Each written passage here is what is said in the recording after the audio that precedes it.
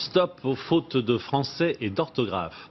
Les grandes écoles commencent à en faire un critère de sélection et dans l'entreprise, le problème se pose à tous les niveaux et peut aussi coûter cher au moment de l'embauche. Reportage en région parisienne de Caroline Bell et Marie Croxel.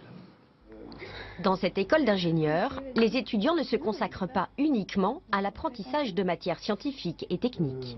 Un ingénieur qui fait plein de fautes. C'est pas très joli, ouais. Il y a 15 ans, lorsque l'école a imposé une dictée à ses étudiants, elle a craint un instant d'être ringarde avant d'en découvrir l'utilité. Au fil du temps, on a continué. Après, on a testé la certification Voltaire pendant 2 ans.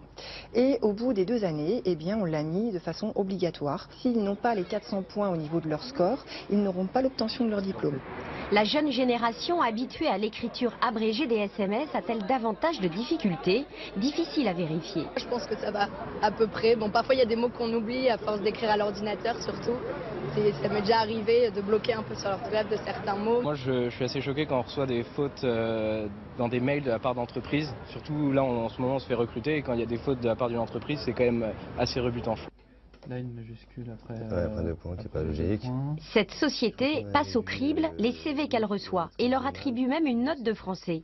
Spécialisée dans le conseil aux entreprises, elle ne peut se permettre d'afficher des fautes. Les collaborateurs ont droit à des formations. Nous, on cherche à faire des tournures de phrases où il n'y ait pas d'interronégation, il n'y a pas de double négation.